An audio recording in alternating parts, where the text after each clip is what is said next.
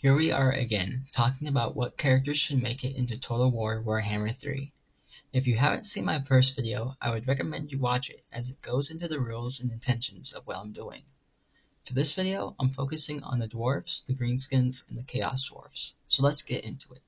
It's a tale as old as time, really. A dwarf engineer invention goes wrong, and he's kicked out of his guild. But the tale of Sven Hasselfreisen is one that's just a little more magnificent. As an engineer, he spent most of his time tinkering with inventions and working on experiments. But when one of those experiments exploded and caused his friend Burlock Damodson's arm to blow off, he lost his experiments and his friend. One more invention regarding a land vehicle that ran off alcohol saw him expelled from the Engineer Guild entirely. But not all was lost, as Sven took a handful of followers and a few of his inventions and set off for Marienburg, where he met the dwarf businessman Arkat Fogger.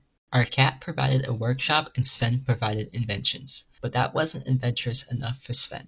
Soon enough, Sven would see himself out on an expedition, funded by Arkat to Lustria. It was there he earned the name the Magnificent Sven, as he battled beasts and lizardmen before returning home with treasures and great wealth.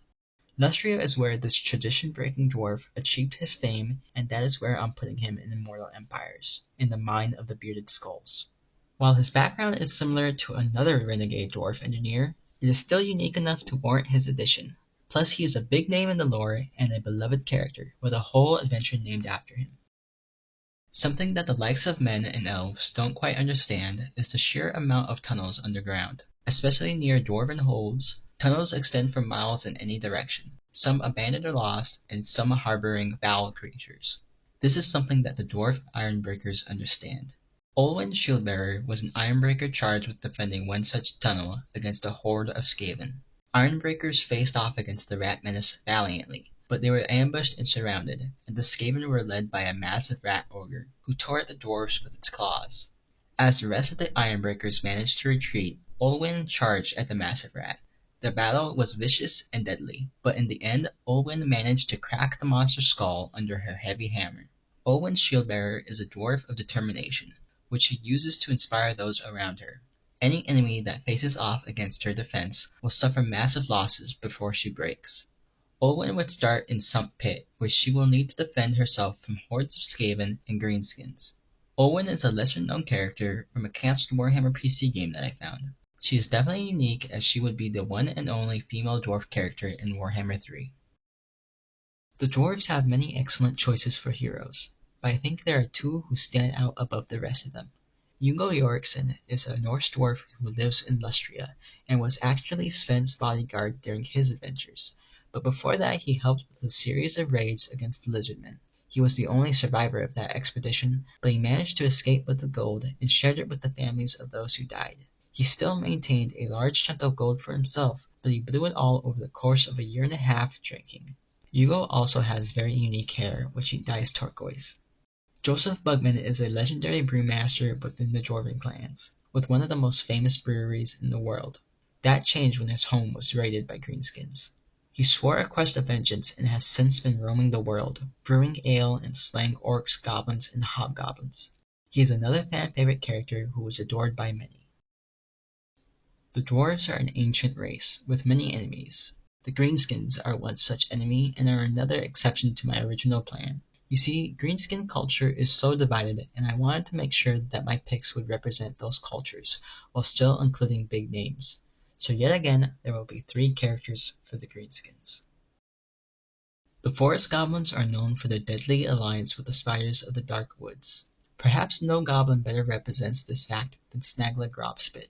Not much is known about his origins, except that his tribe of the Red Venom Forest Goblins were destroyed early into an Empire expedition into Drakwold. It was when Snagla found his tribe and home in ruins that the Spider God spoke to him. He fashioned weapons from the fangs of his tribe's slain Arachnarok spider and gathered a small force of forest goblins. Wearing distinctive striped feathers and face paint in the tradition of the Red Venom tribe, Snagla led his warriors in a crusade against the Empire. With movements as stealthy as a shadow, Snagla ambushed Empire troops and rallied losing battles into victories. Snagla, along with his spiders and his troops, now stalked the shaded canopies of the forest, gathering even more goblins to join his forces. They keep any feathers worn by Empire soldiers they kill, and dip the feathers in blood to be worn as trophies in battle. Snagala is heavily focused in the Black Pit area, which is near where he'd start in the Mortal Empires, at Wrecker's Point. Cathay is a nation that has many threats to deal with. Chaos regularly attacks the eastern nation, whether at the wall of the Great Bastion or within Cathay itself in the form of cults. But in the eastern steppes lies another foe, Gazak Khan and the Hobgoblin Khanate. Yet another mysterious goblin figure whom not much is known about except for his exceptional skill in combat. Leading goblins, orcs, and trolls into battle, the Terror of the East as he is sometimes known, is the celebrated general of the great Hobgoblin Khan. He is known to burn entire villages to embers and slaughter entire populations. He is a fierce and unforgiving enemy who is not one to bargain or speak diplomatically with. In battle he rides atop of his giant wolf, Worgon, and wields his red scimitar, which is hundreds of notches for each battle he's fought. It is said that he has never been defeated on an open battlefield. It would be in Cathay where this hobgoblin lord would start, up in Mingzhu, where he can wreak havoc in northern or central Cathay. The Hobgoblin Khanate is an interesting aspect of the Warhammer world, and Gazak represents it well, focusing on Wolf Rider units and speed in battle. Most orcs use their hulking stature or their immense strength to carry them through in battle. But battles are not won with sheer strength and muscle alone, which makes their victories rare. Not for Gorbad Ironclaw. He used both his strength and his military genius in fights, and carved a path through the Empire of Man. A legendary leader among the Greenskins, orcs and goblins would travel for miles to join his wall. Where other war bosses would shun a goblin attempting to join his army, Gorbad would always find a use for them, whether in flanking with wolf riders or setting up screens. And despite his lethal proficiency in close quarters combat, he made good use of ranged firepower as well, for he was a tactician who valued victory in any way achievable. He himself could wipe out entire regiments of men atop his warboard Narla. It was Gorbad Ironclaw who led a campaign first against the dwarfs, then into the heart of the Empire, attacking Solent, Nuln, the Moot, Haverland, and Altdorf. In Immortal Empires, Gorbad would start at Karn Hiern, in the Black Mountains overlooking Solent, where he is readying another legendary raid against the Empire of Man. Goblins can't get all the fun in the Greenskins roster, and Gorbad is my pick for an orc to lead into battle. The Greenskins have a lot of characters to choose from for legendary hero candidates, but I have chosen two oddball picks for legendary heroes. The first is a 2-for-1 deal, Grumluck and Gazbag. Grumluck is a black orc warboss who carried around Gazbag, a night goblin shaman, on his shoulder. They were both given an amulet by Malekith.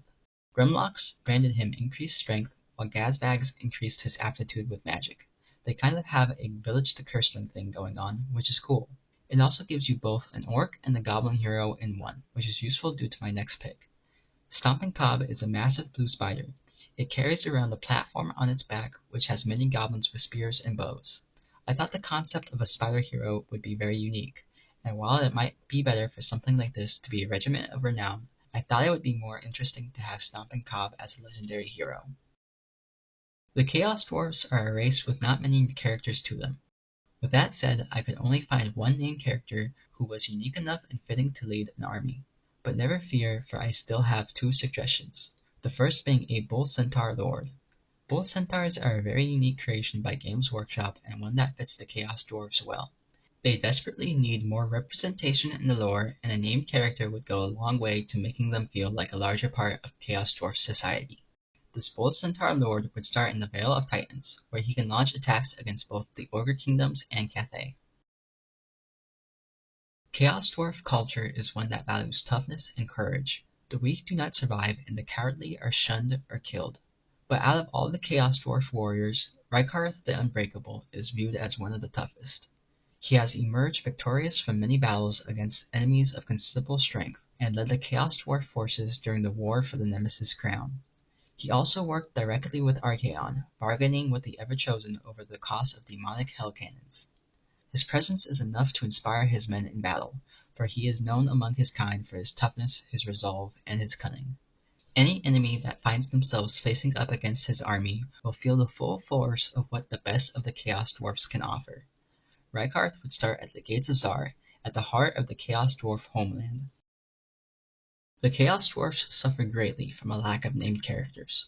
Once again, I would recommend a Bull Centaur character as a legendary hero. I thought about maybe even a named Kadai character or Lamasu, but a bull centaur would probably be their best bet.